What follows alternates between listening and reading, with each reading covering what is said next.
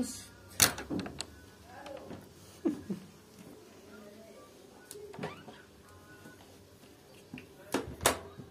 السلام عليكم يا بنات، ازيكم يا حبايبي؟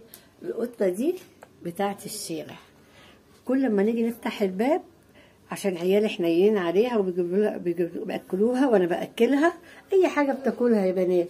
اول ما نفتح باب الشقه تروح داخله تقعد تلعب على السجاده الحمراء دي اللي في الشارع، هي والحيوانات والكلاب والحاجات دي، اللي هم يا عيني من ساعه الحاجه ما غريت وهي لحد ما محدش بيحط لهم اكل ولا اي حاجه خالص ولا ميه.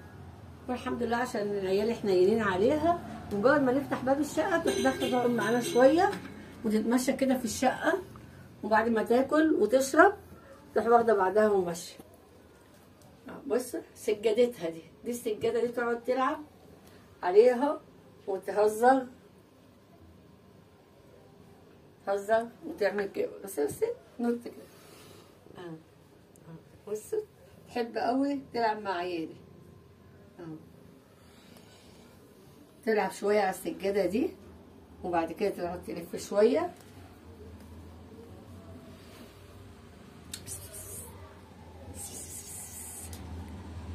تنط على سجادتها دي، تنط عليها وتلعب عليها وتهزر عليها. دي مش بتاعتنا، لا دي بتاعت البيت، يعني بتبقى قاعده في قدام باب الشقه. انا من طبيعي ما بربيش حاجات زي كده، بس انا ايه بعد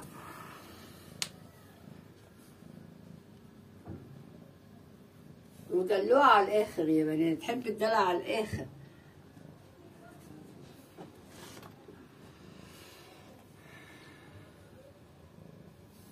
بس تحب تتدلع.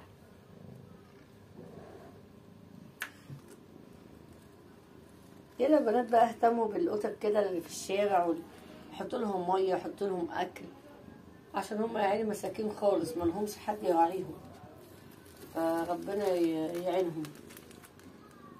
ربنا يعينهم عشان الحاجه دي من ساعه ما غليت وما حدش حد يحط لهم اكل ولا شرب. ربنا يعين البني ادمين والحيوانات. يلا باي باي يا بنات.